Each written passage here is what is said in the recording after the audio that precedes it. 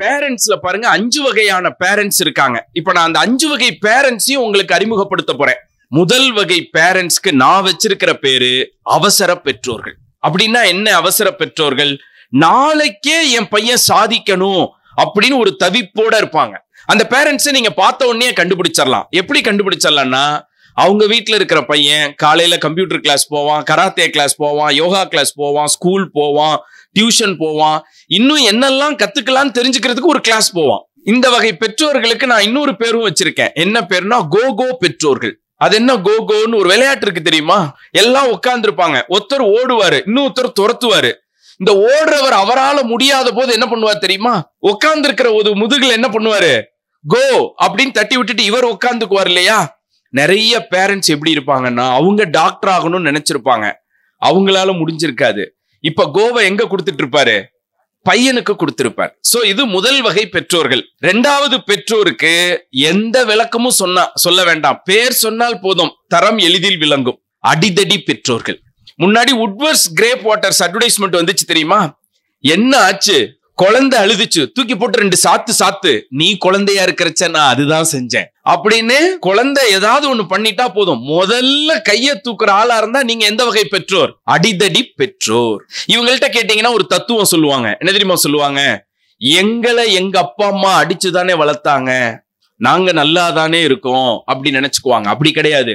அடிச்சு வளர்த்தே நீங்க இவ்வளவு தூரம் வளர்ந்திருந்தா, அன்பும் அக்கறையும் காட்டி வளர்த்திருந்தா இன்னுமே நீங்க என்ன பண்ணிருப்பீங்க? உயர்ந்திருப்பீங்க. மூணாவதா ஒரு வகை பெற்றோர் இருக்காங்க. இவங்களுக்கு பேரு அன்பு பெற்றோர்கள். அப்ப மத்தவங்க எல்லாம் அன்பு காட்டலையான்னு கேட்க கூடாது. இவங்க எப்படி அன்பு காட்டுவாங்கன்னு சொல்றேன். இவங்க பெரும்பாலும் பாருங்க, குழந்தை எது கேட்டாலும் வாங்கி கொடுக்கறது தான் அன்பு காட்டுறதுக்கான வழிங்கிற நம்பிக்கையில உள்ளவங்க. ஒரு குழந்தை இப்படி சூப்பர் மார்க்கெட்ல இப்படி தலையை அப்படி திருப்பிட்டு வருதுன்னு வச்சுக்கங்களேன், இங்க இருக்கிறத பார்த்து அவன் கேட்பான்னு தெரிஞ்சா வாங்கி வச்சுட்டு ரெடியா நிக்கிற பேரண்ட்ஸ் எல்லாம் இருக்காங்களா இல்லையா? அந்த பெற்றோரை நான் என்ன சொல்லுவேன்? அன்பு பெற்றோர் அப்படின்னு சொல்லுவேன். பெரும்பாலும் கணவன் மனைவியா இருக்கிறவங்க வேலைக்கு போறாங்கன்னு வச்சுக்கோங்க, அவங்க எந்த கேட்டகரியில தான் தெரியுமா இருப்பாங்க? பெரும்பாலும் 3வது கேட்டகரியில தான் இருப்பாங்க. ஏன்னா குழந்தையோட நேரம் செலவிட முடியலங்கிற அந்த குற்ற உணர்ச்சியை எங்க பேலன்ஸ் பண்ணுவாங்க? அவன் கேட்கறதையெல்லாம் வாங்கி கொடுத்துதான் பேலன்ஸ் பண்ணுவாங்க. 3 வகை பெற்றோர். 4வதா ஒரு வகை பெற்றோர் இருக்காங்க. இவங்களை நான் ராமன் ராவணன் பெற்றோர்கள் அப்படிம்பேன். அதாவது என்னன்னா, ராமன் ஆண்டால் என்ன, ராவணன் ஆண்டால் என்ன அப்படிங்கிற மாதிரி குழந்தைய பத்தி கண்டுக்கவே மாட்டாங்க. அப்படி சில பேரண்ட்ஸ் இருக்காங்க. ஒரு டாக்டருக்கு போன் வந்துச்சு, டாக்டர் என் பையன் பென்சில முழுங்கிட்டான் அப்படின்னு. இவர் பதறிட்டார். அட்ரஸ் சொல்லுங்க, இந்த வரேன் அப்படின்னு சொல்லிட்டு அவசரமா பேக்ல எல்லாத்தையும் எடுத்து வச்சுட்டு கிளம்பும் போது டாக்டருக்கு போன் வந்துச்சு, டாக்டர் டாக்டர் நீங்க வர வேண்டாம், ஏன் பென்சில துப்பிட்டானா? இல்ல டாக்டர், எழுதுறதுக்கு எனக்கு வேற பென்சில் கிடைச்சிருச்சு அப்படின்னாங்க. அந்த அம்மா நம்புற மாதிரி இல்ல. ஆனா நிஜத்துல சில பேர் இப்படி இருக்காங்க. குழந்தைய பத்தி கண்டுக்கவே மாட்டாங்க. ஒரு எக்ஸாம்பிள் சொல்றேன், நீங்க ஈஸியாவே கண்டுபிடிச்சிடலாம் ஒருத்தர் ராமன் ராவணன் பெற்றோராங்கிறத ஈஸியா கண்டுபிடிச்சிடலாம். எப்படி தெரியுமா? நல்ல பிசினஸ்ல பிஸியா இருப்பாரு, குடும்பத்தையே கண்டுக்க மாட்டாரு. அவர்கிட்ட போய் நீங்க ஒரு கேள்வி கேளுங்க, உங்க பையன் என்ன படிக்கிறான்னு கேளுங்க. என்ன தெரியுமா சொல்லுவாரு? 5வதோ 6வதோ படிக்கிறான் சார் அப்படிம்பாரு. அப்படின்னா அவர் யாரு? ராமன் ராவணன் பெற்றோர். நான் கூட கிண்டலா சொல்லுவேன், அவர்கிட்ட கேளுங்க உங்களுக்கு எத்தனை குழந்தைன்னு. 2ஓ 3ஓன்னு நினைக்கிறேன் சார் அப்படிம்பாரு. அந்த அளவுக்கு சில பேர் அக்கறையற்றவர்களா இருப்பாங்க. குழந்தை என்ன படிக்குதுன்னு கவனிக்க மாட்டாங்க, குழந்தை எப்படி சிந்திக்குதுன்னு கவனிக்க மாட்டாங்க, குழந்தை எப்படி செயல்படுதுன்னு கவனிக்க மாட்டாங்க, எதை ரசிக்கிறான்னு கவனிக்க மாட்டாங்க, எதை விரும்பி சாப்பிடுறான்னு கவனிக்க மாட்டாங்க. குழந்தைய பத்தி கண்டுக்காமலே இருப்பாங்க. அது 4வது வகை பெற்றோர். 5வதா ஒரு வகை பெற்றோர் இருக்காங்க. அவர்களுடைய குழந்தைகள் தான் சாதிக்கும், அவர்களுடைய குழந்தைகள் தான் ஜெயிக்கும். இந்த 5வது பெற்றோருக்கு நான் ஒரு பேர் வச்சிருக்கேன். என்னன்னா, குழந்தை மைய பெற்றோர்கள். யாரு குழந்தையுடைய கண்கள்ல இருந்து இந்த உலகத்தை பாக்குறாங்களோ, யாரு குழந்தையுடைய காதுகளிலிருந்து இந்த உலகத்தை புரிந்து கொள்கிறார்களோ, அவங்கதான் குழந்தை மைய பெற்றோர்கள். உங்க வீட்டுக்கு ஒரு கெஸ்ட் வராரு. உங்க வீட்டுல இருக்கிற குட்டி பையன் கிட்ட தண்ணி எடுத்துட்டு வாடா அப்படின்னு சொல்றீங்க.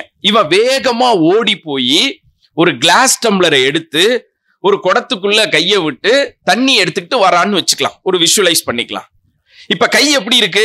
கை ஈரமா இருக்கு. கொண்டு வந்த டம்ளர் கிளாஸ் டம்ளர், அப்ப ஆட்டோமேட்டிக்கா என்ன ஆகும்? கீழே விழுந்துரும். இப்ப கீழே விழுந்துருச்சு.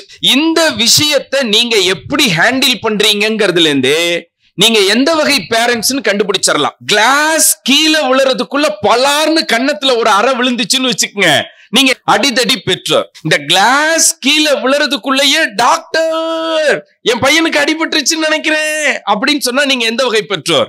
அன்பு பெற்றோர். கிளாஸ் விழுந்ததை கூட கண்டுக்காம, அதை கூட கவனிக்காம, அந்த பக்கம் திரும்பி கூட பார்க்காம இருந்தா நீங்க எந்த வகை பெற்றோர்? ராமன் ராவணன் பெற்றோர்.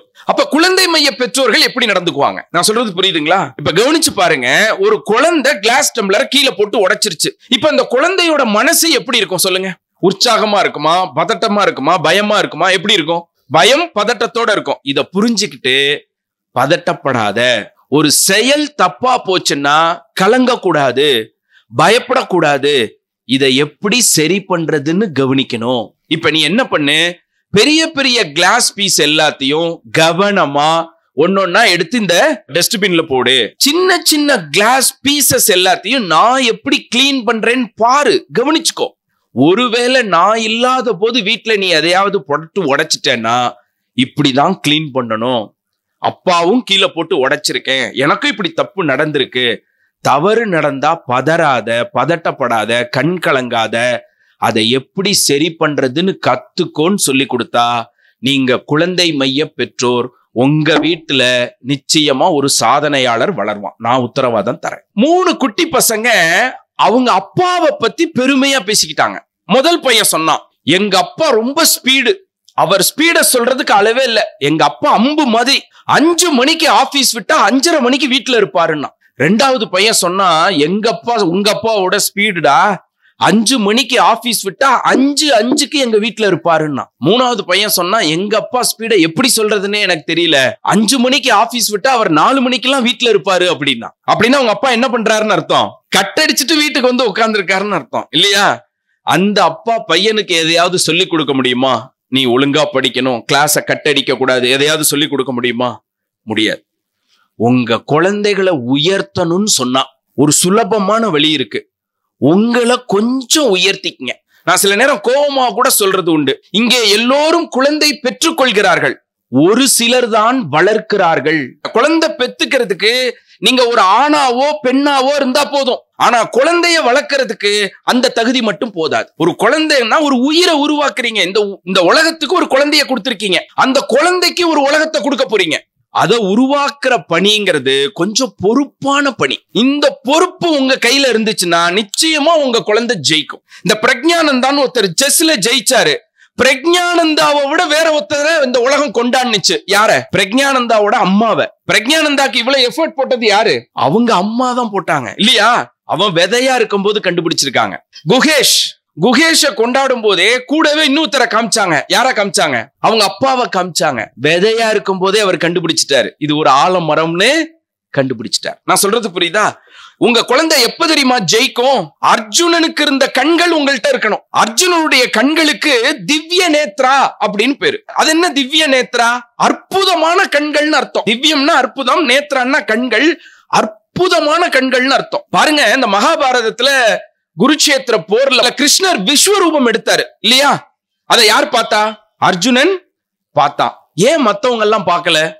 போர்க்களம், லட்சக்கணக்கான வீரர்கள் இருக்காங்க. கிருஷ்ணர் எடுத்த விஸ்வரூபத்தை அர்ஜுனன் மட்டும்தான் பார்த்தான், மத்த யாருமே பார்க்கலன்னு கதையில வருது. அது எப்படிங்க வாய்ப்பு இருக்கு? இப்ப நான் மேடையில நிக்கிறேன், நீங்க எல்லாரும் என்ன பார்க்க முடியுமா? முடியாதா? ஆனா மைக் செட் போடுற இந்த தம்பி மட்டும்தான் என்ன பார்த்தாருன்னு சொன்னா இதை ஏத்துக்கிற மாதிரி இருக்கா? அப்ப என்ன நடந்துச்சுன்னு சொன்னா, விஸ்வரூபம் காட்டப்படவில்லை. கண்ணன் விஸ்வரூபத்தை காட்டல, அர்ஜுனன் விஸ்வரூபத்தை மனசுல பார்த்தான். காட்டப்படவில்லை, பார்க்கப்பட்டது. அதனால அர்ஜுனனுடைய கண்கள் திவ்ய நேத்ரா. உங்க குழந்தைங்க இன்னைக்கு விஸ்வரூபம் எடுத்து காட்ட மாட்டாங்க. அவன் விஸ்வரூபம் எடுப்பாங்கிறத இன்னைக்கு நீங்க கண்டுபிடிச்சிட்டீங்கன்னா உங்க கண்கள் திவ்ய நேத்ரா. உங்க குழந்தைகளுக்குள்ள இருக்கிற அந்த சாதனையாளனை கண்டுபிடிக்கிற கண்கள் உங்களுக்கு இருக்கணும். இங்க உட்கார்ந்து இருக்கிற ஒவ்வொரு குழந்தைக்குள்ளும் ஒரு கிருஷ்ணர் இருக்காரு, விஸ்வரூபம் எடுக்கிறதுக்கான கிருஷ்ணர் இருக்காரு. நீங்க செய்ய வேண்டியதெல்லாம் இந்த தேவையில்லாததெல்லாம் என்ன பண்ணணும்? நீக்கணும். தேவையில்லாதது எல்லாத்தையும் குழந்தைகள்ட்ட இருந்து என்ன பண்ணணும்? நீக்கணும். சென்னையில எல்லாம் அபார்ட்மெண்ட் வீடுகள் ஒண்ணு போல இருக்கும் இல்லையா? ஒரு ஆள் என்ன பண்ணாரு, கார் ஓட்டிக்கிட்டே அப்படி மொபைலை பார்த்துக்கிட்டே வந்து பார்க்கிங் பண்ணாரு. மொபைல பாத்துக்கிட்டே என்ன பண்ணாரு, லிஃப்ட் பட்டன் அமைக்கினாரு. மொபைல் பாத்துக்கிட்டே என்ன பண்ணாரு, அவர் ஃப்ளோருக்கு போனாரு. மொபைல் பாத்துக்கிட்டே என்ன பண்ணாரு, அவர் வீட்டை கதவை திறக்கிறதுக்கு பதிலா எல்லாம் ஒரே மாதிரி இருக்கு இல்லையா, எதிர் வீட்டு கதவை திறந்துட்டு உள்ள போயிட்டாரு. அந்த வீட்டு அம்மா மொபைல் பாத்துக்கிட்டே இருந்துச்சு, சீரியல். கதவு திறக்கிற சத்தம் கேட்டவொன்னு அந்த அம்மா என்ன நினைச்சிருச்சு, நம்ம வீட்டுக்காரரு தான் வந்துட்டாருன்னு மொபைலை தூக்கிட்டு காஃபி போட போயிடுச்சு. மொபைல் பாத்துக்கிட்டே காஃபி போட்டு கொண்டு வந்து வைக்க, இவர் மொபைல் பாத்துக்கிட்டே அந்த காஃபி எடுத்து குடிச்சிட்டு நினைச்சிட்டாரு, இன்னைக்குதான் நம்ம பொண்டாட்டி நல்ல காஃபியா போட்டிருக்கா. அந்த நேரம் பார்த்து அந்த வீட்டு ஆளு மொபைல் பாத்துக்கிட்டே கொண்டு வந்து வண்டியை பார்க் பண்ணிட்டு மொபைல் பாத்துக்கிட்டே அவர் ஃப்ளோருக்கு வந்து மொபைல் பாத்துக்கிட்டே மாத்தி எல்லாம் கதவை திறக்கல, கரெக்டா அவர் வீட்டு கதவை திறக்கிறாரு. மொபைல் பாத்துக்கிட்டே கதவை திறக்கிறாரு. எதிர் வீட்டு ஆளை பார்த்தோம்னா ஐயோ மாத்தி திறந்துட்டோம் போலன்னு கதவை சாத்திட்டு, இந்த மொபைல் பெரியவர்களையே திசை திருப்பக்கூடியது. அப்ப முதல்ல பெற்றோர்கள் மொபைல் ஸ்கிரீன் டயத்தை குறைக்கணும். நாங்க எங்க வீட்டுல ஒரு பழக்கம் வச்சிருக்கோம். நாங்க எல்லாரும் ஃபேமிலியா எங்கேயாவது வெளில போறோம்னு வச்சுக்கோங்க, எனக்கு மொபைல் இருக்கு, என் பையன் காலேஜ் படிக்கிறான் அவனுக்கு மொபைல் இருக்கு, என் ஒய்ஃபுக்கு மொபைல் இருக்கு. நாங்க எல்லாரும் ஃபேமிலியா போனா எல்லா காலையும் ஒரு மொபைலுக்கு டைவர்ட் போட்டு ஒரு மொபைல தான் எடுத்துட்டு போவோமே தவிர எல்லா மொபைலையும் எடுத்துட்டு போக மாட்டோம். ஏன், மற்றது எல்லாத்த விட மொபைல் கெடுதல்னா, டிவின்னா அது ஒரு இடத்துலதான் இருக்கும். ஆனா இந்த மொபைல் மட்டும் எப்போதும் எங்க இருக்கும், எப்போதும் நம்ம கையிலேயே இருக்கும், எப்போதுமே நம்ம கையில இருக்கும். காலேஜ் ஸ்டூடெண்ட்ஸ்ட மலேசியன் கவர்மெண்ட் ஒரு சர்வே எடுக்கிறாங்க. அதுல என்ன தெரியுதுன்னா, மொபைல் இருந்தாதான் மாணவர்கள் பாதுகாப்பாவே உணர்றாங்களாம். மொபைல் இல்லைன்னா அன்செக்யூர்டா ஃபீல் பண்றானா. நான் சொல்றது புரியுதுங்களா? அப்படின்னா என்ன அர்த்தம், ஒரு நிமிஷம் கூட அவனால இந்த உலகத்தை பத்தி பார்க்க முடியல, சிந்திக்க முடியல, யோசிக்க முடியல. ஏன் இது நடக்குது தெரியுமா? முன்னெல்லாம் வீடியோஸ் பார்ப்போம். இப்ப எனக்கே ஞாபகம் இருக்கு, நான் பேச்சாளரா வந்த புதுசுல ஒரு செஷன்னா 4 மணி நேரம் எடுப்பேன். அப்படின்னா என்ன அர்த்தம், 4 மணி நேரம் உட்கார்ந்து கேட்பாங்க. அப்போ உங்களோட கவனம் எவ்வளவு நேரத்துக்கு இருந்துச்சு, 4 மணி நேரத்துக்கு. இப்பெல்லாம் அட்டென்ஷன் ஸ்பேன் என்ன ஆயிடுச்சு தெரியுமா, ஒரு நிமிஷத்துக்கு குறைஞ்சிருச்சு. ஒரு நிமிஷத்துக்கு ஒரு தடவை நாங்க என்ன தெரியுமா பண்ணணும், ஆவி எழுப்புதல் கூட்டம் நடத்தணும். உங்க எல்லார் கவனத்தையும் மறுபடி இங்க கொண்டு வரணும். ஏன்னா உங்களால எவ்வளவு நேரம் தான் கவனிக்க முடியுது, ஒரு நிமிஷம் தான். எதனாலன்னா ரீல்ஸ் பார்த்து ரீல்ஸ் பார்த்து ரீல்ஸ் பார்த்து, இந்த ரீல்ஸ் என்ன செய்யும் சொல்றேன், உங்க மனச சுக்குநூறா உடைச்சிரும், மனச சிதறடிச்சிரும். உங்களுக்கே இப்படின்னா உங்க வீட்டுல இருக்கிற குட்டி குழந்தைகளுக்கு யோசிங்க, ஒரு பயங்கர எக்ஸைட் ஆனது பார்ப்பாங்க, அடுத்து சோகமானது பார்ப்பாங்க, கேலியானது பார்ப்பாங்க, டென்ஷன் ஏற்படுத்துற ஒரு ரீல் பார்ப்பாங்க. இப்படி பார்த்து பார்த்து உங்க மனசு என்ன ஆயிடுது, செதறி போயிடுது. அப்ப உங்க குழந்தைகள் கையில மொபைல கொடுக்க கூடாதுன்னா, நீங்களே எப்ப பார்த்தாலும் மொபைல் என்ன பண்ணிட்டு இருக்க கூடாது, கையில வச்சிட்டு இருக்க கூடாது. நீங்களே கண்டுபிடிக்கலாம் உங்க குழந்தைகள் எந்த அளவுக்கு மொபைல்ல அடிக்ஷன் ஆயிருக்காங்கிறத கண்டுபிடிக்கலாம்.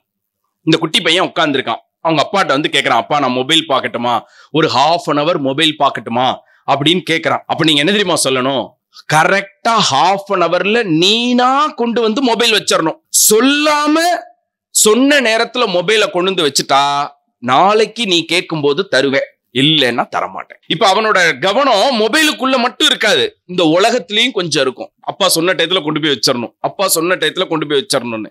இப்படி இல்லைன்னா அவன் எதுக்குள்ள இருப்பான், முழுசா மொபைலுக்குள்ள இருப்பான். சரி, இந்த மொபைல்ல இருந்து அவங்கள மாத்துறதுக்கு என்ன பண்ணணும், நான் என்ன பண்ணேன்னு சொல்றேன்.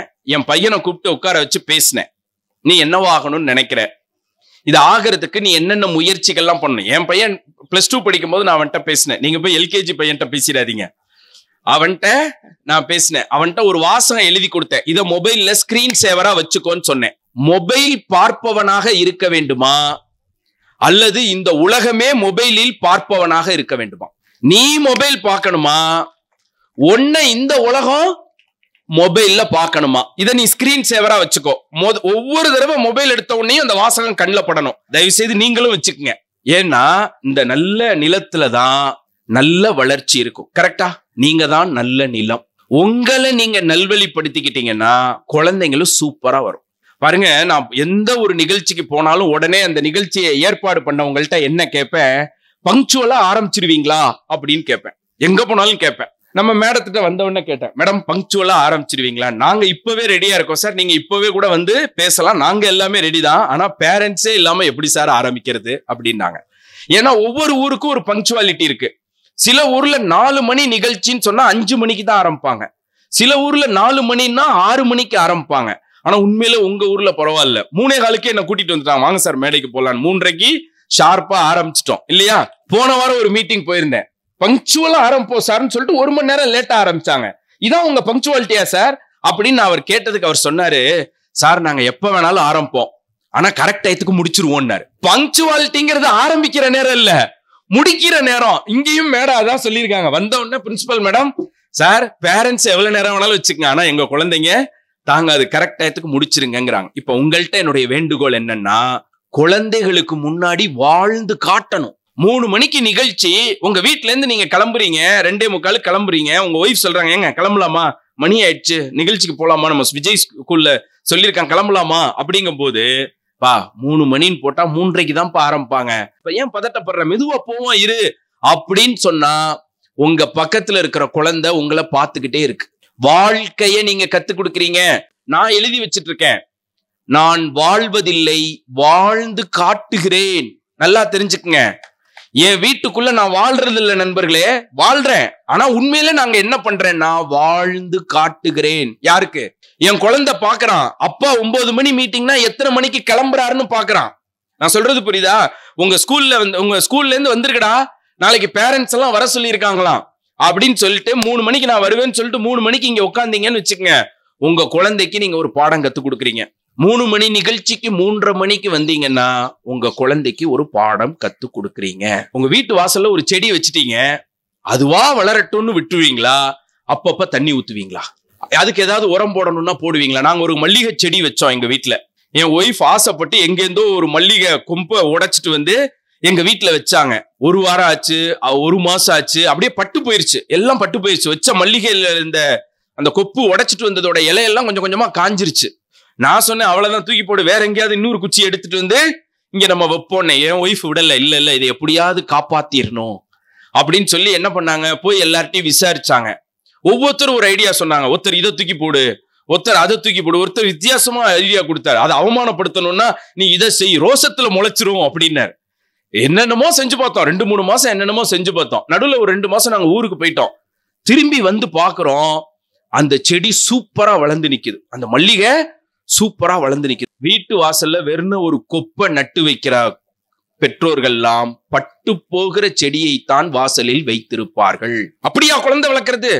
கிடையாதுங்க. நம்ம ஒரு செடியை, அதான் நான் சொல்றேன், இந்த உலகத்துக்கு ஒரு உயிரை கொடுத்திருக்கோம், ஒரு குழந்தைய கொடுத்திருக்கோம். அந்த குழந்தைக்கு ஒரு உலகத்தை கொடுக்கணும்னு சொன்னா கொஞ்சம் எஃபர்ட் நீங்க போட்டீங்கன்னா போதும். இந்த குழந்தைய கவனிக்கிறது இல்ல அப்படின்னு ஒரு சொல்லுவாங்க, கேட்டிருக்கீங்களா? அவங்க சரியாவே அவங்க குழந்தைய கவனிக்கல அப்படிம்பாங்க. அதுக்கு என்னங்க அர்த்தம்? சரியாவே அவங்க குழந்தைய கவனிக்கல அப்படின்னு சொன்னா பார்க்கலன்னு அர்த்தமா? அந்த குழந்தையுடைய ஒரு செயல்பாடுக்கும் ஒரு அர்த்தம் இருக்கு, அது அவங்க கவனிக்கலன்னு அர்த்தம். எங்க கிட்ட ஒரு குழந்தைய கூட்டிட்டு வந்தாங்க. நாங்க ஒரு பிளே ஸ்கூலுக்கு கவுன்சிலிங்க்கு போயிருந்தோம். அங்க ஒரு குழந்தைய கூட்டிட்டு வந்தாங்க. அந்த ஸ்கூல்ல என்ன சொன்னாங்க, இவன் யாரை பார்த்தாலும் பிடிச்சு தள்ளி விட்டுறான் சார் அப்படின்னாங்க.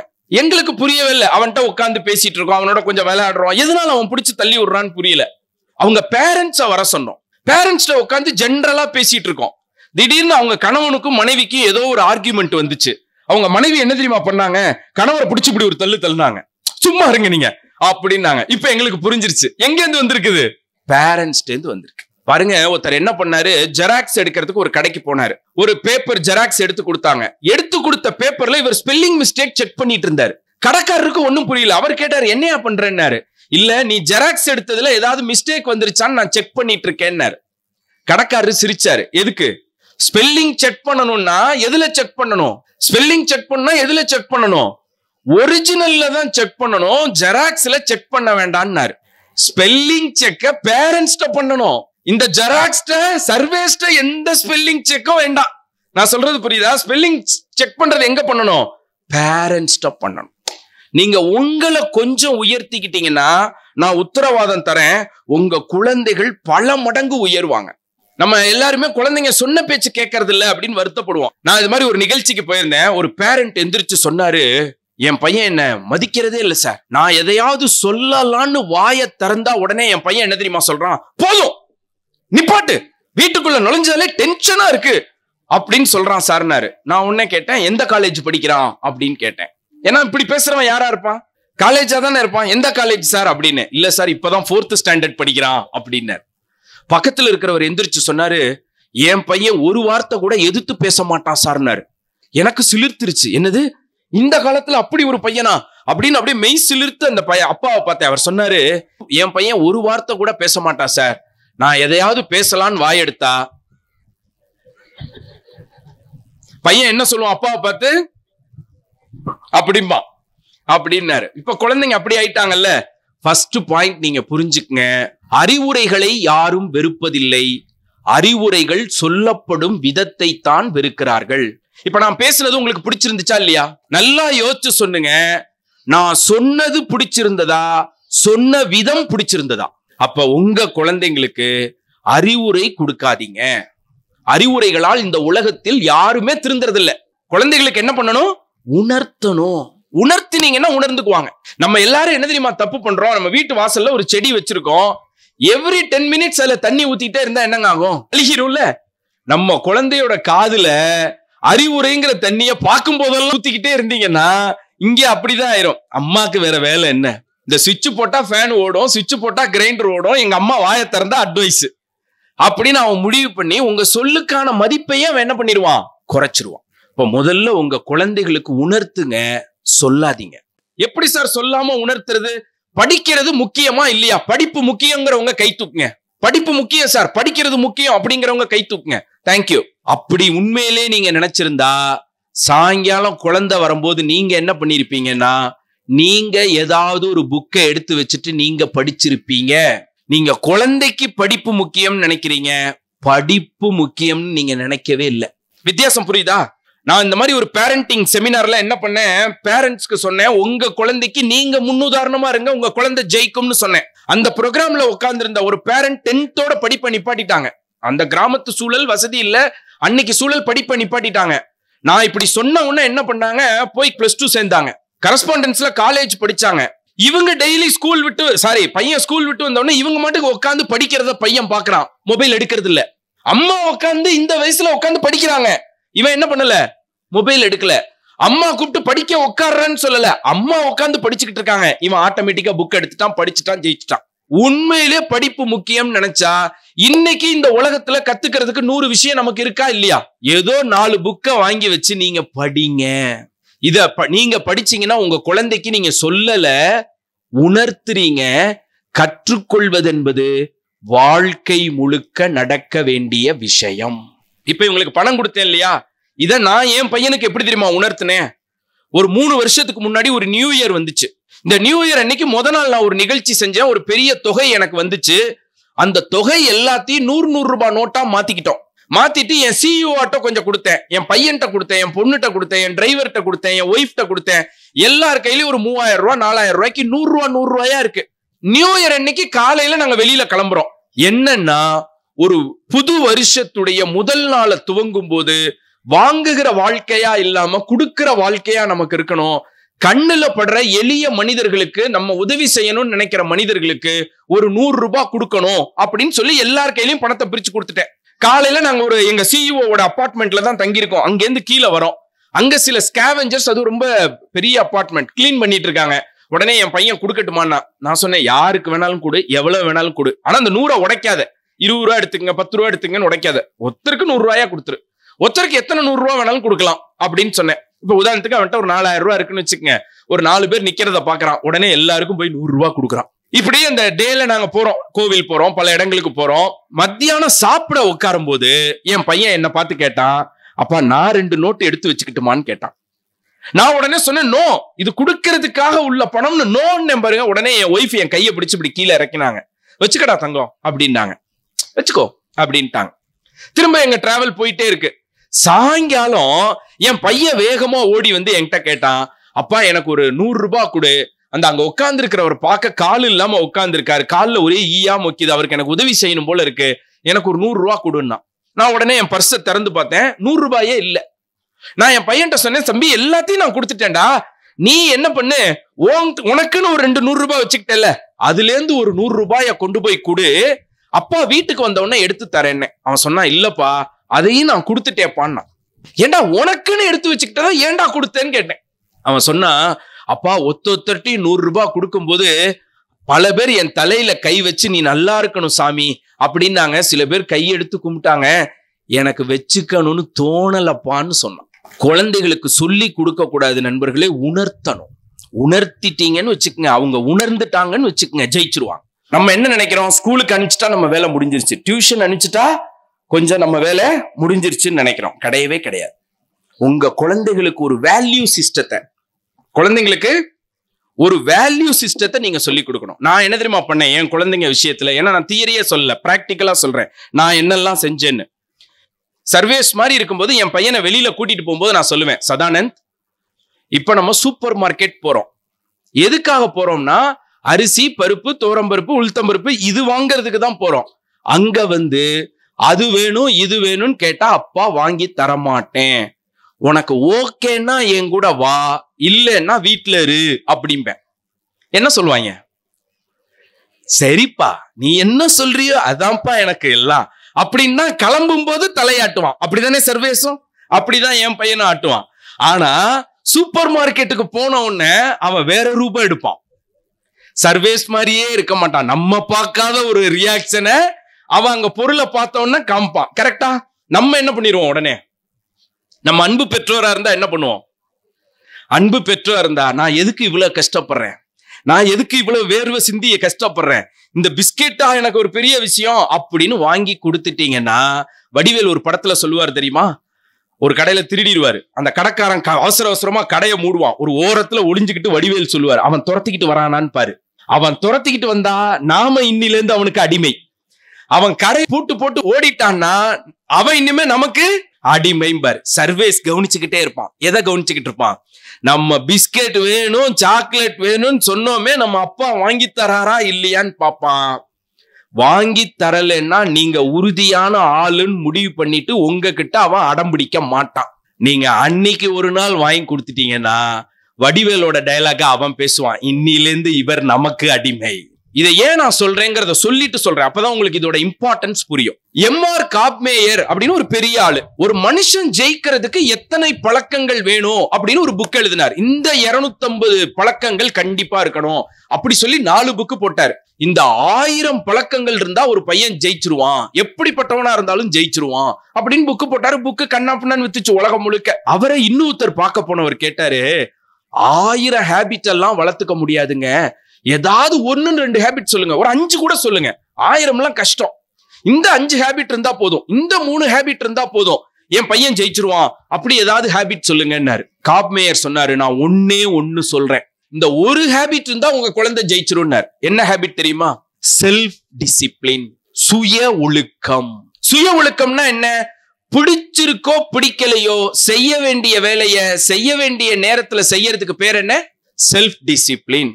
6 மணி ஆனா எந்திரிச்சிருவான், 7 மணி ஆனா குளிச்சு ரெடி ஆயிருவான், 8 மணி ஆனா ஸ்கூல் வேனுக்கு வாசல்ல வந்து நிப்பான், அப்படின்னா அதுக்கு பேர் என்னது, செல்ஃப் டிசிப்ளின். இப்ப ஃபர்ஸ்ட் கேள்வி உங்களை கேட்டுக்குங்க, நீங்க செல்ஃப் டிசிப்ளினா இருக்கிற ஆளா? 7 மணிக்கு எந்திரிச்சு பாப்பேன் சார், வெளியில ரொம்ப குளிரா இருந்தா இன்னைக்கு சென்ட் அடிச்சுட்டு போயிடலாம்னு நினைப்பேன்னு சொன்னா உங்கள்கிட்ட என்ன இல்லைன்னு அர்த்தம், உங்க குழந்தைக்கும் வராது.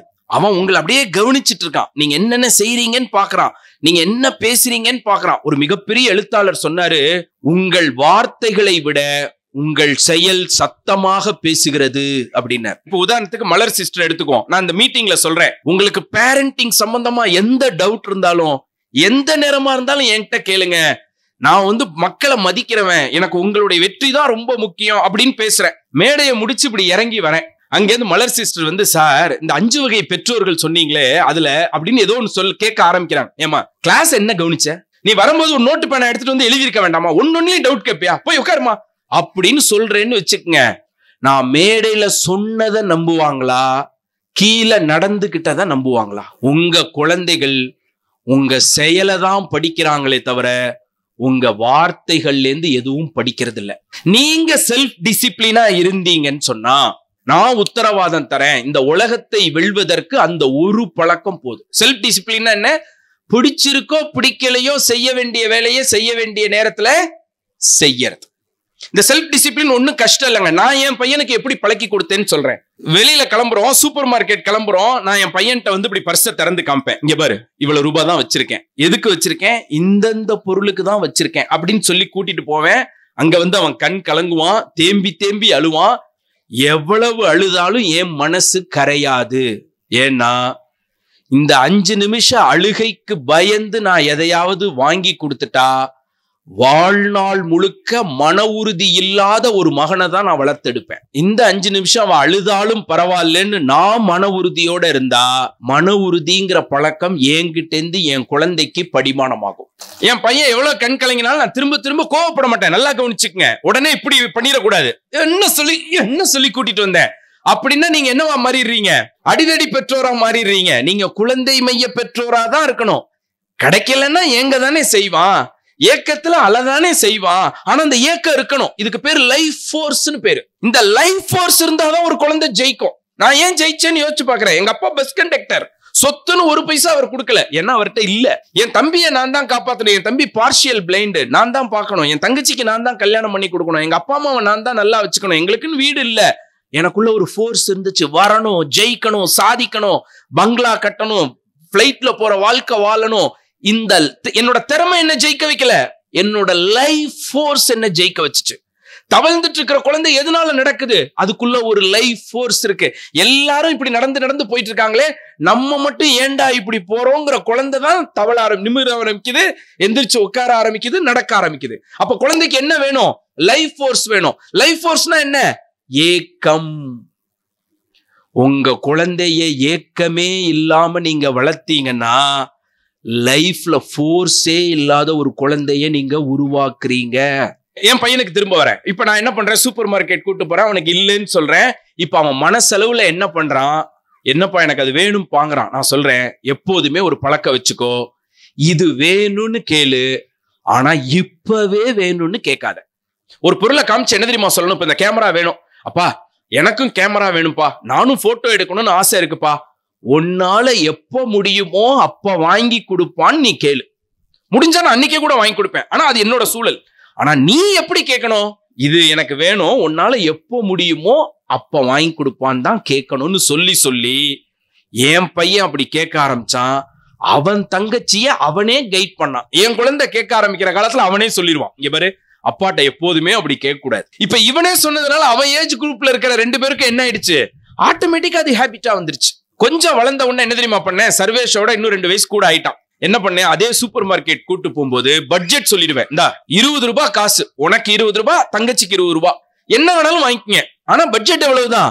20 ரூபா தான் அப்படிம்பேன். என் பையன் 21 ரூபாய்க்கு ஒரு பிஸ்கெட் பாக்கெட் எடுப்பான். அப்படியே ஆசையா இருக்கும். 22 ரூபாய்க்கு என்ன பாப்பான். எப்படி இருக்கும்னு யோசிச்சு பாருங்க. நான் லட்சக்கணக்கில் கோடி கணக்கில் சம்பாதிக்கிறேன். என் புள்ள ஆசையா ஒரு பிஸ்கெட் பாக்கெட்டை எடுத்து பார்த்துட்டு வெறும் 2 ரூபா காசுக்காக என்ன திரும்பி பாக்குது. இப்ப நான் என் மனசை எப்படி வச்சுக்கணும்? இங்க மன உறுதி இருந்தாதான் அங்க மன உறுதி வரும். அப்ப நான் சொல்லிடுவேன், சாரி சதானந்த், 20 ரூபான்னா 20 ரூபாய் தான். அதுக்கப்புறம் அவன் தங்கச்சிக்கு சொல்லி கொடுக்க ஆரம்பிச்சான். அப்ப நீங்க உங்க வீட்டுல வாழல, உங்கள் குழந்தைகளுக்கு வாழ்ந்து காண்பிக்கிறீர்கள். வெறும் வீட்டுல வாழல. தயவு செய்து யாரும் அப்படி நினைச்சுக்காதீங்க. வீடுங்கிறது நம்ம போய் வாழ்ற இடம் இல்ல. உங்கள் குழந்தைகளுக்கு வாழ்ந்து காட்டும் இடம். வீடுங்கிறது என்ன தெரியுமா? அது ஒரு ரிகர்சல் பாயிண்ட். இப்ப இங்க ஸ்டேஜ்ல ஆனுவல் டே நடக்குதுன்னு வச்சுக்கோங்க. சைடுல ஒரு சின்ன ரூம் போட்டு இந்த எல்லாரும் என்ன பண்ணுவாங்க? அந்த இடத்துல ட்ரெஸ் சேஞ்ச் பண்றது அங்கதான் பண்ணுவாங்க. எல்லாமே அங்க நடக்கும். பார்த்திருக்கீங்களா? அது மாதிரிதான் வீடு. இந்த சமுதாயத்துக்குள்ள போற குழந்தைக்கு நாம கொடுக்கிற வழிகாட்டுதல் தான் வீடு. ஒரு குழந்தைக்கு தன்னம்பிக்கை பெற்றோர்கள் சொல்ற சொல்லிலிருந்து தான் உருவாகும். திருச்சியில ஒரு செமினார், ஒரு பேரண்ட் எந்திரிச்சு கோபமா சொல்றாரு, கேவி நீங்க என்ன எல்லா குழந்தையும் ஜெயிக்கும், எல்லா குழந்தையும் ஜெயிக்கும் சொல்றீங்க. எல்லா குழந்தையெல்லாம் ஜெயிக்க முடியாது. என் பையன் கிரிக்கெட் சொல்லிக்கிட்டு இருக்கான். எல்லாரும் கிரிக்கெட்ல ஜெயிச்சிட முடியுமா? கோடியில ஒத்தனாலதான் என் சச்சின் டெண்டுல்கரா வர முடியும் அப்படின்னு கோபமா என்கிட்ட கேட்டாரு. நான் சொன்னேன், நல்ல வேலை சச்சின் டெண்டுல்கர் உங்க வீட்டுல பிறக்கலன்னு சொன்னேன்.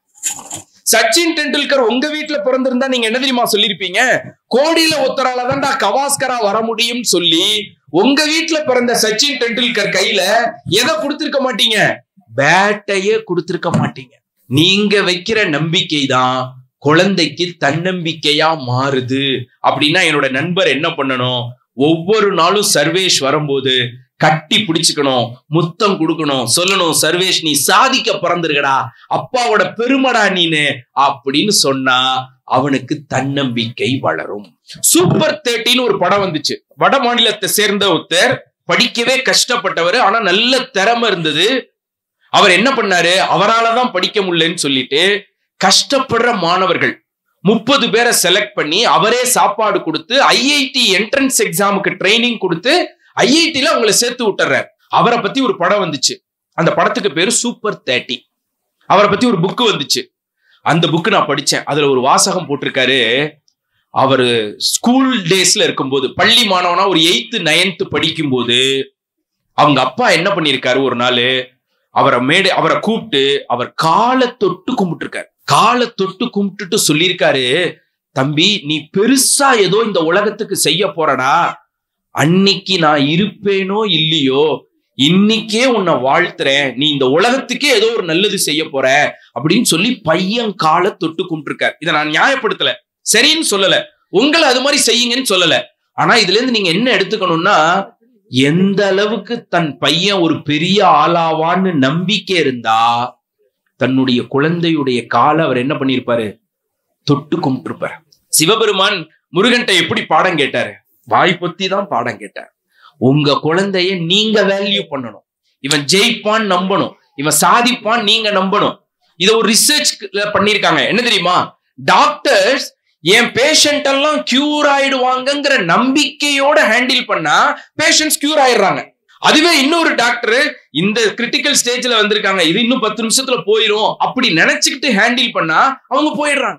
ஒரு கிளாஸ் டீச்சர் அந்த கிளாஸ்ல இருக்கிற ஸ்டூடெண்ட் எல்லாம் சூப்பரா வருவான், இங்க இருக்கிறவங்க திறமைசாலி ஃபர்ஸ்ட் கிளாஸா வருவான் அப்படின்னு நினைச்சா அந்த ஸ்டூடெண்ட்ஸ் எல்லாம் ஜொலிக்கிறான். புரியுதா? நீங்க வைக்கிற நம்பிக்கை தான் உங்க குழந்தைகளுடைய தன்னம்பிக்கை. அப்படின்னு சொன்னா நீங்க என்ன பண்ணணும், அவர்களை சாதனையாளர்களாக வெற்றியாளர்களாக நீங்க நம்பணும். அந்த நம்பிக்கையோட அவங்கள கையாளும். இப்ப இப்படி வச்சுக்கங்களேன், இப்ப எனக்கு ஜோசியம் பாக்குற சக்தி இருக்கு, பயங்கரமான எக்ஸ்பர்ட். நான் சர்வேஷோட ஜாதகத்தை பார்த்துட்டு சொல்றேன், நாளைக்கு அவன் ஏஆர் ரஹ்மான் மாதிரி ஒரு இன்டர்நேஷனல் மியூசிக் டைரக்டரா வருவான் அப்படின்னு இப்ப நான் அவருக்கு உத்தரவாதம் கொடுத்துட்டேன்னு வச்சுக்கோங்க. இனிமே அவர் சர்வேஷ் எப்படி ஹேண்டில் பண்ணுவார் சொல்லுங்க? பாசிட்டிவா ஹேண்டில் பண்ணுவார். ஏன்னா தெரிஞ்சிருச்சு, ரிசல்ட் தெரிஞ்சிருச்சு. அவன் என்னவா வர போறான், உலகமே போற போகுது, 2 ஆஸ்கார் வாங்க போறான், 7 தேசிய விருதுகள் வாங்க போறான். இப்பவே அவருக்கு தெரிஞ்சிருச்சு. இனிமே அவரை பத்தி பதட்டம் இருக்குமா, கவலை இருக்குமா, டென்ஷனா ஹேண்டில் பண்ணுவாரா? மாட்டார். கரெக்டா?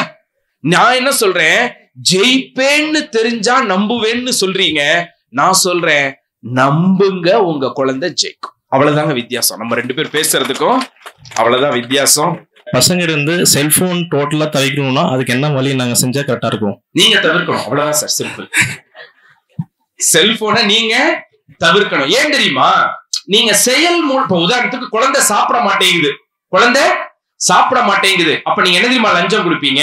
இங்க பாரு, நீ சாப்பிட்டேன்னா உனக்கு சாக்லேட் வாங்கி கொடுப்பேன் அப்படின்னு சொன்னா குழந்தைக்கு நீங்க ஒரு மெசேஜ் சொல்றீங்க. என்ன மெசேஜ்? சாப்பாடை விட உயர்ந்தது சாக்லேட்டுங்கிற கிஃப்ட்னு சொல்றீங்க. புரியுதா? சாப்பாடை விட உயர்ந்ததா சாக்லேட்டு? நான் என் வீட்டுல என்ன தெரியுமா பண்ணுவேன், என் குழந்தை எல்லா ஐட்டமும் சாப்பிட மாட்டேன்னு சொன்னா தோட்டத்துக்கு கூட்டு போவேன். இந்த ஒரு செடிக்கு மட்டும் தண்ணி ஊத்து, மத்த செடிக்கெல்லாம் தண்ணி ஊத்தக்கூடாது, 1 வாரம். என்ன ஆகும்னு கேட்பேன். இந்த ஒரு செடிக்கு மட்டும் தண்ணி ஊத்துனா இது மட்டும் வளரும்பா, மத்ததெல்லாம் காஞ்சு போயிடும், வாடி போயிடும் சொல்லும். நான் சொல்லுவேன், உடம்புல பல உறுப்புகள் இருக்கு, இந்த ஒரு உறுப்புக்கும் ஒரு விதமான சத்து வேணும். ஒரு உறுப்புக்கும் சத்து வேணும்னா விதவிதமா உள்ள இந்த பேலன்ஸ்டு ஃபுட்டை நீ என்ன பண்ணணும், சாப்பிடணும். நீ உனக்கு பிடிச்ச உருளைக்கிழங்கு தக்காளின்னு உனக்கு பிடிச்ச 2 ஐட்டத்தை மட்டுமே நீ சாப்பிட்டேன்னா ஒரு பாட்டுக்கு மட்டும்தான் உணவு கிடைக்கும், உடல்ல இருக்கிற மற்ற உறுப்புகளுக்கெல்லாம் உணவு கிடைக்காது அப்படின்னு நான் சொல்லுவேன். புரியுதுங்களா? அப்ப நாம தான் அப்ப இத நான் சொல்லணுமா, இல்ல எங்க வீட்டுல விதவிதமான காய்கறிகள் சமைக்கணும், நாங்கெல்லாம் அதை விதவிதமா சாப்பிடணுமா? சாப்பிடணும். எங்க வீட்டுல எப்போதும் உருளைக்கிழங்கு கறி தான், எல்லார் வீட்லயும் டெய்லி தோசை தான். ஏன்?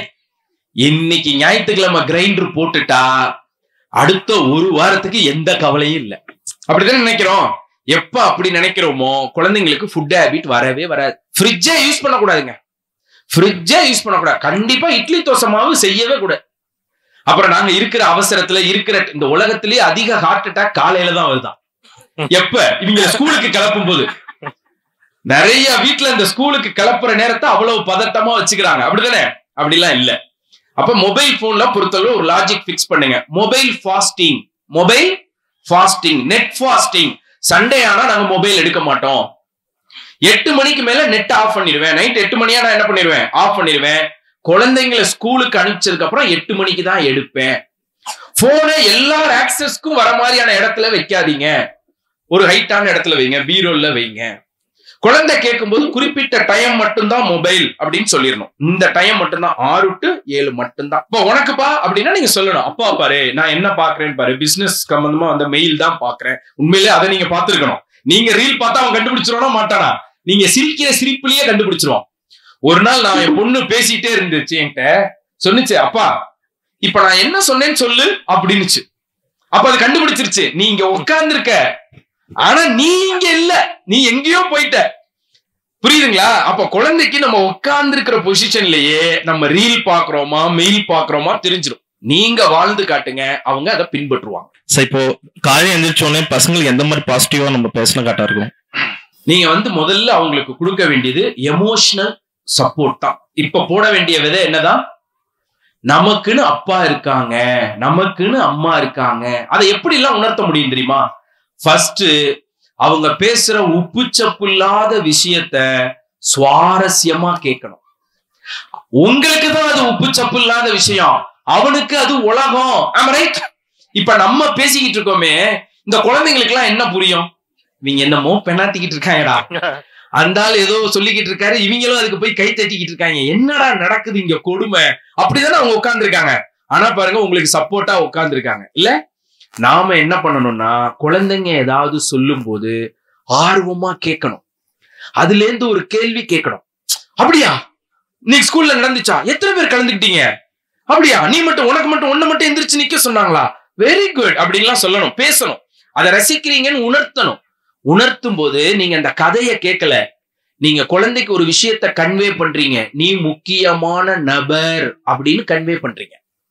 ஓகே, சும்மா தொடங்காத போ அப்படின்னு சொன்னா ஒரு விஷயத்த கன்வே பண்றீங்க, நீ எனக்கு முக்கியம் இல்ல, நீ செஞ்சது உனக்கும் முக்கியம் இல்ல அப்படின்னு கன்வே பண்றீங்க. இப்ப நீங்க என்கிட்ட கேள்வி கேட்கறீங்க, நான் சொல்றேன் உட்காருங்க.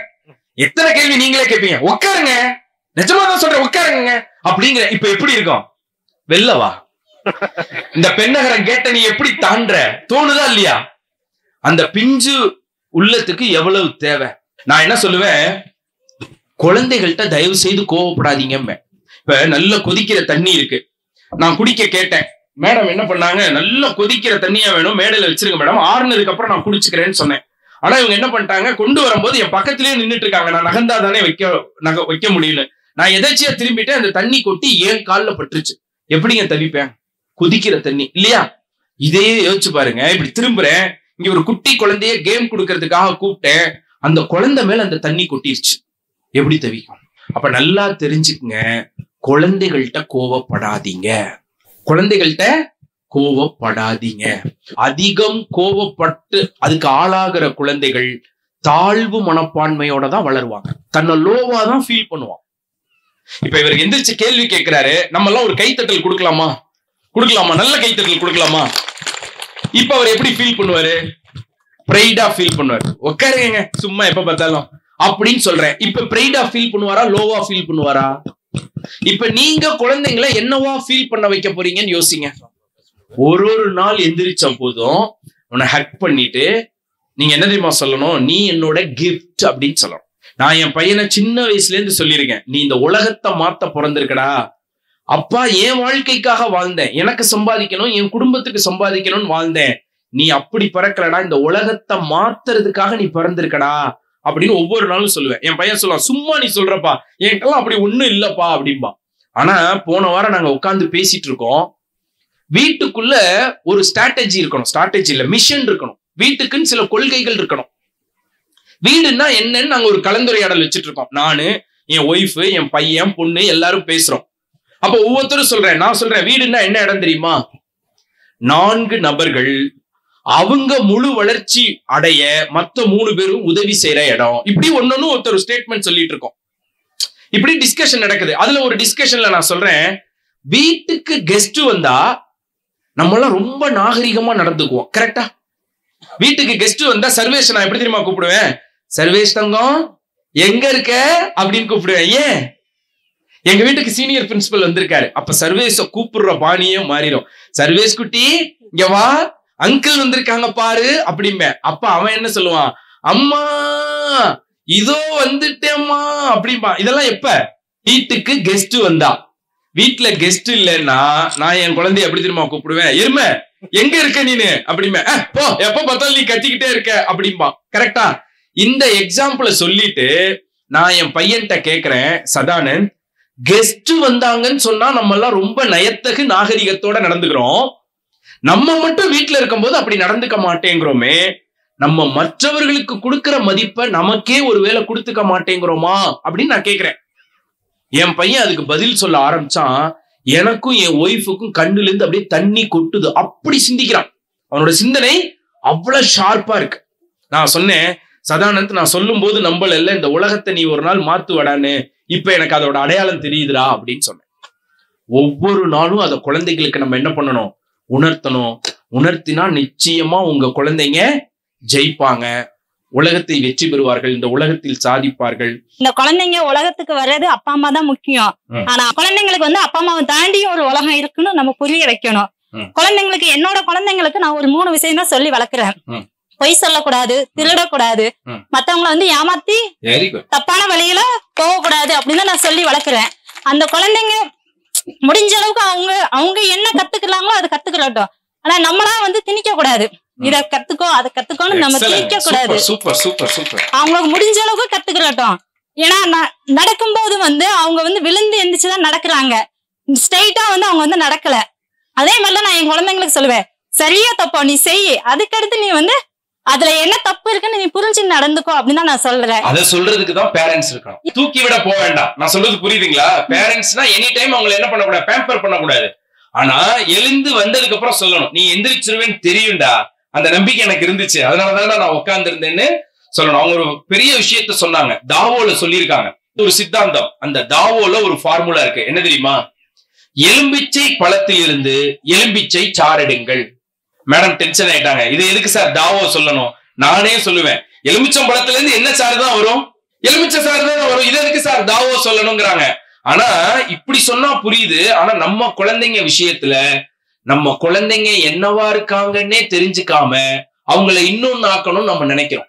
நான் சொல்றது புரியுதா? அவங்க அததான் சொன்னாங்க, குழந்தைக்குள்ள ஏதோ ஒரு லைட் இருக்கும், அந்த லைட்டை தான் ஊதி பெருசுப்படுத்தணும், நீங்க வேற விதமான வெளிச்சத்தை எதிர்பார்க்க கூடாது. அதெல்லாம் தான் இங்க இந்த கல்வி நிறுவனத்துடைய சிறப்பா நான் பாக்குறேன். ஏன் அப்படின்னா, நான் வந்து ஒரு 2012 ஆனந்த விகடன்ல நாங்க ஒரு விளம்பரம் கொடுத்தோம். கோயம்புத்தூர்ல ஜாலியாக படிக்கலாம், ஈஸியாக ஜெயிக்கலாம் அப்படின்னு ஒரு நிகழ்ச்சி நடத்தோம் 2012. அந்த விளம்பரத்தை எதன் மூலமாவோ தெரிஞ்சுட்டு நம்ம ஸ்கூல்ல என்ன பண்ணாங்க, 2012 எங்களை கூப்பிட்டாங்க. நம்ம தருமபுரி ஸ்கூல்ல வந்து நாங்க 2 நாள் ஸ்டூடெண்ட்ஸ்க்கு தனியா, பேரண்ட்ஸ்க்கு தனியா ப்ரோக்ராம் பண்ணோம். ஏன்னா ஒரு குழந்தைய வளர்த்தெடுக்கிறதுங்கிறது ஒரு சமுதாயத்தை வளர்த்தெடுக்கிறது. நான் சொல்றது புரியுதுங்களா? நான் எப்போதுமே ஒரு ஃபார்முலாவை நம்புறேன். நம்பர் 1 ஆகணும்னு சொன்னா நம்பர் 1ஓட நம்ம இருக்கணும், அவ்வளவுதாங்க. என்னதுங்க ஃபார்முலா? நான் ஒரு பத்திரிகை நடத்தினேன். நான் அந்த பத்திரிகையை என்ன பண்ணேன், நம்பர் 1 டிசைனர்கிட்ட போய் டிசைன் பண்ண கொடுத்தேன். நம்பர் 1 பிரிண்டிங் பிரஸ் சிவகாசியில இருக்கிற சஃபையர். 10,000 காப்பி நாங்க பிரிண்ட் பண்ணுவோம், எல்லாமே மல்டி கலர். இன்னைக்கு நைட்டு நான் கண்டென்ட் அனுப்பிச்சு வைப்பேன், காலையில பிரிண்டிங் எடுப்பாங்க, மத்தியானத்துல பிரிண்டிங் முடிஞ்சிடும், சாயங்காலத்துக்குள்ள பைண்டிங் முடிச்சிடும், சாயங்காலம் டெலிவரி பண்ணி மறுநாள் தமிழ்நாட்டுல இருக்கிற எல்லா கடையிலயும் அது விநியோகத்துக்கு இருக்கும். காரணம் என்னன்னா, 1000 பேர் வேலை பார்க்கிற பிரிண்டிங் பிரஸ் அது. சஃபையர் பிரிண்டர்ஸ்ங்கிறது 1000 பேர் வேலை பார்க்கிற இடம். நான் நடத்தின பத்திரிகை தமிழ்நாட்டுல வேற யாருமே அப்படி ஒரு பத்திரிகை நடத்தல. அப்படி ஒரு பத்திரிகையை நான் நடத்தினேன். நான் எதனால தெரியுமா அது நம்பர் 1 வந்துச்சு? நம்பர் 1 ரைட்டர்ஸ் நான் என் டீம்ல சேர்த்துக்கிட்டேன், நம்பர் 1 லேஅவுட் ஆர்டிஸ்ட் டீம்ல சேர்த்துக்கிட்டேன், நம்பர் 1 எடிட்டர்ட்ட இந்த வேலையை கொடுத்தேன், நம்பர் 1 பிரிண்டிங் பிரஸ்ல இந்த வேலையை கொடுத்தேன், புக் செல்லர்ஸ்லயே யாரு நம்பர் 1 புக் செல்லர்ஸோ அவங்க கையில கொண்டு போய் கொடுத்தேன். என் பத்திரிக்கை வந்த முதல் நாள் நம்பர் 1. ஒரு ராஜா தூக்கத்துல அவருக்கு ஒரு விபரீதமான கனவு வருது. விபரீதமான இல்ல, வித்தியாசமான கனவு வருது. என்ன தெரியுமா கனவு? அவருடைய அரண்மனைக்கு ஒரு தேவதை வருது. வரும்போது ஒரு பெரிய தங்கத்தாலான புத்தகத்தை எடுத்து கொண்டு வந்து இப்படி வைக்குது. வச்சுட்டு அந்த புக்கை பாக்குது. இவர் உடனே ராஜாவும் அது எட்டி என்ன புக்குன்னு பாக்குறாரு. தூக்கத்துல கனவுல நடக்குது. எட்டி பாக்குறாரு. கடவுளை நேசிப்பவர்களின் பெயர் பட்டியல் டாப் 10 லிஸ்ட் அப்படின்னு போட்டிருக்கு. என்ன லிஸ்டுங்க? கடவுளை நேசிக்கிறவங்களுடைய பெயர் பட்டியல்னு போட்டிருக்கு. அந்த தேவதை அட்டையை திருப்புது, உள்ள அந்த 10 பேரோட பேர் இருக்கு. ராஜா எட்டி பாக்குறாரு. ஏன்னா இவர் மிகப்பெரிய பக்தர், ஊருக்கு பொண்ணும் பொருளும் கொடுத்திருக்காரு, கோவிலுக்கு நிறைய சேவைகள் செஞ்சிருக்காரு, மக்களுக்கு நிறைய செஞ்சிருக்காரு. அப்ப கடவுளை ரொம்ப நேசிக்கிறவர் இவர். ஏன் பேர் அந்த லிஸ்ட்ல இருக்காரான்னு எட்டி பாக்குறாரு. அந்த 10 பேர்ல ராஜாவோட பேர் இல்ல. அதிர்ச்சியில எந்திரிச்சு உட்கார்ந்துட்டார். பெரிய மனக்குழப்பத்துக்கு ஆளாயிட்டார். நான் உண்மையான பக்தன் இல்லையா? உண்மையிலேயே நான் மக்களுக்கு எதுவும் செய்யலையா? கடவுளுக்கு எதுவும் செய்யலையா? ஏன் கடவுளை நேசிப்பவர்களுடைய பெயர் பட்டியல்ல டாப் 10 லிஸ்ட்ல ஏன் பேர் இல்லைன்னு ரொம்ப அப்செட் ஆயிட்டார். மறுநாள் தூங்குறாரு. மறுநாள் தூக்கத்திலே அதே கனவு வருது, தேவதை வருது, ஒரு புக்கை கொண்டு வைக்குது. எட்டி பாக்குறாரு. அந்த புக்கோட டைட்டில் என்னன்னா கடவுள் நேசிப்பவர்களின் பெயர் பட்டியல்னு போட்டிருக்கு. கடவுளை நேசிப்பவர்கள் இல்ல, கடவுள் யாரை நேசிக்கிறாங்களோ அவங்க பெயர் பட்டியல் டாப் 10 லிஸ்ட்னு போட்டிருக்கு. அட்டை அப்படி தேவதை திறக்குது. ராஜா சந்தேகத்தோட எட்டி பாக்குறாரு. முதல் பெயரா ராஜா பேர் இருக்கு. இப்ப நான் உங்கள்கிட்ட கேக்குறேன், கடவுளை நேசிப்பவர்களுடைய பெயர் பட்டியல்ல உங்க பேர் வரணுமா, இல்ல கடவுளே நேசிப்பவர்களுடைய பெயர் பட்டியல்ல உங்க பேர் வரணுமா? அப்படின்னு சொன்னா உங்க குழந்தைகளை இந்த உலகத்தை உன்னதமாக்குகிற ஒரு குழந்தையாக வளர்த்தெடுங்கள். நிச்சயம் கடவுள் நேசிக்கிற மனிதர்களாக நீங்கள் இருப்பீர்கள். சார், இப்ப குழந்தைக்கு சுய ஒழுக்கன்றது எப்படி சார் கத்து தருது? நம்ம ஒரு விஷயம் செய்யாதானா அதையே செய்யறாங்க. அடிச்சு வளர்த்தாலும் தாழ்வு மனப்பாடம் இந்த மாதிரி ஆயிரும் சொல்றீங்க. இப்ப எப்படி சார் அந்த குழந்தைய இந்த மாதிரி செய்யாதரான்னு சொல்லி வளர்க்கறது? நம்ம எல்லாருமே பழக்கத்தின் அடிமைகள். நம்ம எல்லாருமே யாருங்க? பழக்கத்தின் அடிமைகள். அப்படின்னா என்ன? இதுல எத்தனை பேர் காலைல எந்திரிச்சோன்னா காபி குடிப்பீங்க? இவங்களுக்கு எல்லாம் காலைல எந்திரிச்சு காபி குடிச்சாதான் அந்த நாள் துவங்கின மாதிரி இருக்கும். கரெக்டா? இதுவே பால் கொண்டு வந்து கொடுத்தா அவங்களுக்கு எப்படி இருக்காது?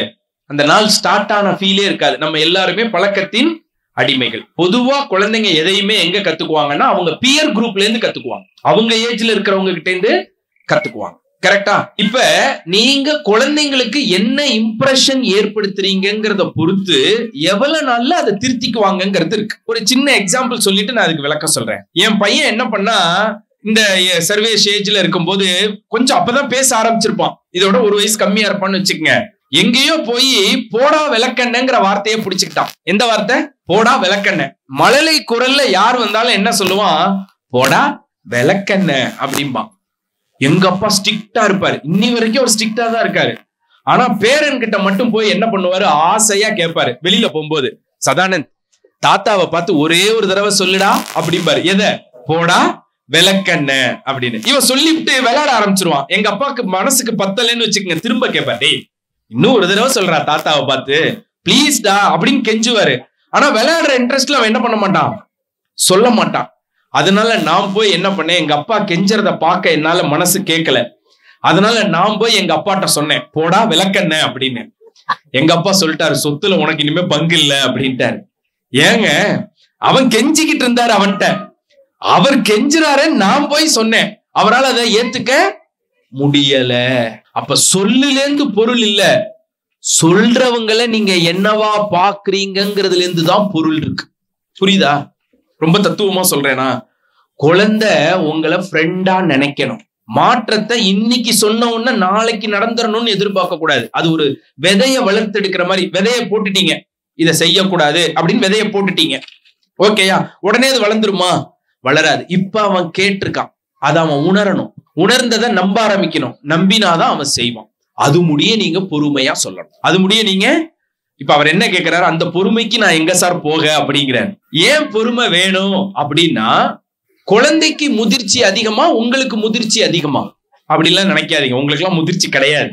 ஒரு ரிசர்ச்ல என்ன சொல்றாங்க, மேக்சிமம் மென்டல் ஏஜ் 14 தாங்கிறாங்க. இப்ப உங்களுக்கு வயசு என்னன்னு கேக்குறேன், 25ங்கிறீங்க. இவங்களுக்கு வயசு என்னன்னு கேக்குறேன், 28ங்கிறாங்க. அவருக்கு என்ன வயசுன்னு கேக்குறேன், 35ங்கிறாரு. இது உடலுக்கு தான் இந்த வயசு.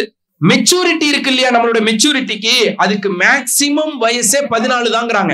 நீங்களே 14 வயசு மெச்சூரிட்டில தான் இருக்கீங்கன்னு சொன்னா, அதுக்கு கீழே 14 எல்லாம் இல்ல, 13, 12, 11, 10 இந்த மெச்சூரிட்டில தான் நீங்க இருக்கீங்கன்னு சொன்னா, உங்க குழந்தையோட மெச்சூரிட்டி என்னவா இருக்கும்னு சொல்லுங்க. 1 வயசு குழந்தை மெச்சூரிட்டி, 2 வயசு குழந்தை மெச்சூரிட்டி, 3 வயசு குழந்தை மெச்சூரிட்டி தான் இருக்கும். புரியுதா புரியலையா? இப்ப எக்ஸாம்பிள் சொல்றேன். சர்வேஷ் இங்க வரான். நான் இங்க ஒரு பேனாவை வச்சிருக்கேன், இங்க நோட்ஸ் எடுக்கிறதுக்காக இங்க ஒரு பேனா வச்சிருக்கேன். அவங்க அப்பாவை பார்த்து சுரண்டிக்கிட்டே இருக்கான். அப்பா இந்த பேனாவை காமிச்சு காமிச்சு சொல்லிக்கிட்டே இருக்கான். கண்ணு கலங்குது. நான் எதாச்சியா பாக்குறேன், கண்ணு கலங்குது. பேசுற ஆர்வத்துல இருக்கேன். அவங்க அப்பாவை பிடிச்சி இழுத்துக்கிட்டே இருக்கான். நான் கேட்கிறேன், என்ன பிரதர் அப்படின்னு கேட்கிறேன். சார் அந்த பேனாக்காக அழுகுறான் சார் அப்படிங்கிறாரு. பாக்குறேன் கீழே விழுந்து பிறண்டு அழ ஆரம்பிச்சுட்டான். இப்ப நம்ம என்ன பண்ணுவோம்? நீங்களா இருந்தா என்ன பண்ணுவீங்க? என்ன பண்ணுவீங்க? கொடுத்துருவீங்க. இந்தா சர்வேஷ் வச்சுக்க, இதுக்கேண்டா அழுகுற அப்படின்னு கொடுத்துருவீங்க. ஏன்? அறியாத வயசு, புரியாத வயசு. இப்ப சர்வேஷோட அப்பா இங்க வந்து இந்த பேனாவை பாக்குறாரு. அவர் கண்ணு கலங்குது. என்ன பிரதர்ங்கிற? பேனாங்கிறாரு. இல்லங்க நோட்ஸ் எடுக்கணும், நீங்க போய் உட்காருங்கிற. திடீர்னு அவர் கீழே விழுந்து புரண்டு அழ ஆரம்பிச்சிட்டார். நீங்களா என்ன சொல்லுவீங்க? பாவம் சார், குழந்தை சார், கொடுத்து விடுங்கன்னா சொல்லுவீங்க. என்ன சொல்லுவீங்க? முதல்ல இவரை கொஞ்சம் டெஸ்ட் பண்ணுங்க சார் அப்படின்னு சொல்லுவீங்களா மாட்டீங்களா? அப்ப நல்லா கவனிங்க. ஒரு குழந்தை அழலாம், குழந்தையா இருக்கும் போது அழலாம். முதிர்ச்சி ஆனதுக்கு அப்புறம் அழக்கூடாது. முதிர்ச்சியோட அடையாளம் என்னன்னா, உணர்ச்சி வசப்படுறதுல இருந்து விடுபடுறதுதான் முதிர்ச்சி அடைகிறதோட அடையாளம். ஒரு குழந்தைக்கு முதிர்ச்சி இல்ல, அதனால அது அடம் பிடிக்கும். நீங்க முதிர்ச்சியானதுடைய அடையாளம் என்னன்னா, அது அடம் பிடிக்கும் போது நீங்க உணர்ச்சி வசப்படாம இருந்தீங்கன்னா நீங்க 14 வயசுன்னு அர்த்தம் சார். அவன் ஏதாவது பண்ணும்போது உங்களுக்கு டென்ஷன் வந்துருச்சுன்னு வச்சுக்கோங்க, நீங்க அவனை கவனிக்காதீங்க, உங்களை கவனிங்க. நீங்க 8 வயசு மெச்சூரிட்டியில தான் இருக்கீங்க, நீங்க 9 வயசு மெச்சூரிட்டியில தான் இருக்கீங்க. நீங்க முதிர்ச்சியா ஹேண்டில் பண்ணீங்கன்னா உங்க குழந்தைங்களுக்கும் மெச்சூரிட்டி வரும். மெச்சூரிட்டி வந்தா மாற்றம் வரும். ஓகே, என்ன எக்ஸாம்பிள் சார்? இப்போ குழந்தைங்க உக்காந்துட்டு இந்த இவரை வந்து உதைச்சிட்டே இருந்தாங்க இவ்வளவு நேரம். வந்தப்பந்து டே நானும் மெச்சூரிட்டியா டே அவங்க உதைச்சா அங்கிள் வந்து திட்டுவாடுறா, அவ எல்லாம் சட்டை போட்டிருக்காரு, திட்டுவாடுறா, கம்னுறன் ஒரு 10 டைம் சொல்லிட்டேன் சார். நீங்க அடிச்சிருப்பீங்களா? கண்டிப்பா கண்டிப்பா தெரியும்ல. இப்ப பாருங்க, இதே சிச்சுவேஷன் தான் சர்வேஷ் பண்ணிக்கிட்டு இருந்தான். சர்வேஷ் என்ன பண்ணிக்கிட்டு இருந்தான்னா, அங்க உட்காந்து காலை ஆட்டிக்கிட்டே இருந்தான். சர்வேஷ் காலை முதல் சேர்ல உட்காந்து இப்படி ஆட்டிக்கிட்டே இருந்தான். அவங்க அப்பா ஒண்ணுதான் பண்ணாரு, பொறுமையா காலை ஆட்டாதன்னு அந்த காலை மட்டும் என்ன பண்ணிட்டு இருந்தாரு, சொல்ல கூட இல்ல. ஆமா ரைட் பிரதர், சொல்ல கூட இல்ல. வெறும் என்ன பண்ணாரு, அந்த காலை ஆட்டக்கூடாதுன்னு ஒரு ஸ்டாப் பண்ணார். நீங்க ஃபர்ஸ்ட் குழந்தைய புரிஞ்சுக்கணும். குழந்தைங்க கிட்ட ஒரு ஹை எனர்ஜி ஃப்ளோ இருக்கு. இப்ப அவன் ஓடி ஆடி விளையாடிக்கிட்டு இருக்கணும், அவ்வளவு எனர்ஜி இருக்கு. அவனை நீங்க பிடிச்சு என்ன பண்ணி வச்சிருக்கீங்க? சேர்ல உட்கார வச்சிருக்கீங்க. அந்த ஓட வேண்டிய எனர்ஜி ஃப்ளோ அடபட்டு கிடக்கு. அதுதான் இப்ப கால் ஆடுது. எப்போதுமே கால் ஆடுதுன்னு சொன்னா மனசு ஆடுதுன்னு அர்த்தம். மனசு இங்க இல்ல, அது இப்ப ஒரு எக்ஸைட்டடா இருக்கு, அங்க போய் ஆடணும்னு துணிக்குது. அவங்க 4 பேர் நிம்மதி, தகப்பா அங்க பாரு, அவங்க 4 பேர் எவ்வளவு நல்ல அப்பா அம்மா விட்டுட்டு ஃப்ரீயா விட்டுருக்காங்க. தகப்பா என்ன விடு. இதத்தான் அந்த கால் என்ன பண்ணிட்டு இருக்கு, ஆடி காமிச்சுக்கிட்டு இருக்கு. புரியுதா? இப்ப நீங்க சொன்ன இடத்துக்கு நான் வரேன். இப்ப அவர் என்ன பண்றாரு, முதல் தடவை குழந்தைகிட்ட பொறுமையா சொல்றாரு. என்ன சொல்றாரு? காலை ஆட்டாத. 2வது தடவை கொஞ்சம் வேல்யூமை ரைஸ் பண்ணுவாரு. டேய் சர்வேஷ், தப்பா நினைச்சுக்காதீங்க பிரதர், அவன் பேர் மட்டும்தான் எனக்கு தெரியும், காலை ஆட்டாத அப்படிம்பாரு. 3வது தடவை என்ன பண்ணிடுவாரு, சொப்புன்னு ஒரு அறை வச்சிருவாரு. கரெக்டா? இப்ப குழந்தைக்கு என்ன பாடம் கிடைக்கும்னு சொல்லுங்க. முதல் தடவை அன்பா சொல்லு, 2வது தடவை அதட்டு, 3வது தடவை அடிச்சிரு. நாளைக்கு அவன் தங்கச்சிட்ட இதுதான் பண்ணுவான். நான் அதனாலதான் சொன்னேன், நீங்க வாழல, வாழ்ந்து காட்டுறீங்க. இப்ப உங்க குழந்தைக்கு நீங்க என்ன கத்து கொடுத்துருக்கீங்க? முதல் தடவை அன்பா சொல்லு, 5வது தடவை அடிச்சிரு, 10வது தடவை அடிச்சிரு. அதானே நீங்க செஞ்சது? குழந்தைக்கு என்னவா புரியும் தான் நான் பேசுறேன். புரியுதா? உங்களை பொறுத்தளவு நீங்க செஞ்சது சரி, ஆனா குழந்தைக்கு கிடைச்ச பாடம் தப்பு. அப்ப உங்க முதிர்ச்சி இன்க்ரீஸ் ஆனாதான் குழந்தைகளுடைய முதிர்ச்சி இன்க்ரீஸ் ஆகும். உங்களுடைய முதிர்ச்சி இன்க்ரீஸ் ஆகணும்னா நீங்க நிறைய படிக்கணும், நிறைய கேட்கணும், நிறைய கத்துக்கணும். இதுல எத்தனை பேர் இப்ப என்கிட்ட இருக்கிற பணத்தை வச்சே நான் குழந்தைய வளர்த்துக்கிறேன்னு நினைக்கிறீங்க? எத்தனை பேர் இன்னும் கொஞ்சம் சம்பாதிச்சு என் குழந்தைய நல்லா வச்சுக்கணும்னு நினைக்கிறீங்க? பணத்தை மட்டும் இன்னும் கொஞ்சம் சம்பாதிச்சா போதாது, நாலேஜும் இன்னும் கொஞ்சம் சம்பாதிக்கணும். இன்னும் கொஞ்சம் நாலேஜோட நீங்க உங்க குழந்தைகளை ஹேண்டில் பண்ணா இன்னும் சிறப்பா வருவாங்க. குழந்தைங்களுக்கு நாமளே எல்லாத்தையும் கத்துக் கொடுக்கணுங்கிறது இல்ல, உங்க கத்துக்கிறதுக்கு நாம என்ன பண்ணணும், உதவணும். இப்ப அவருக்கு என்ன பிரச்சனை, இவன் காலாட்டிக்கிட்டே இருந்தான்னா முன்னாடி இருக்கிறவர் மேல பற்றும். மரியாதை இல்லாத குழந்தைன்னு நினைப்பாங்க. இது நல்ல பிஹேவியரா? நீங்களே பாடத்தை நடத்திடணும்னு நினைக்கிறீங்க. அவன் அந்த பாடத்தை கத்துக்கிறதுக்கு நீங்க கொஞ்சம் பொறுமையா, நாங்க லெசன் பிளான் எல்லாம் எழுதுவோம்ல மேடம், இங்க உங்க குழந்தைங்களுக்கு நாங்க பாடம் சொல்லி கொடுக்கறதுக்கு வந்த உடனே நடத்துறது இல்ல, இது எப்படி சொன்னா இவன் மனசுக்கு போகும் கொஞ்சம் ஒர்க் பண்றோம். சொல்லுவாங்க, கவிதாவுக்கு கணிதம் சொல்லித்தர வேண்டும் என்றால் உங்களுக்கு கவிதாவை தெரிந்திருக்க வேண்டும், கணிதம் தெரிந்திருக்க வேண்டும், சொல்லித்தர தெரிந்திருக்க வேண்டும்.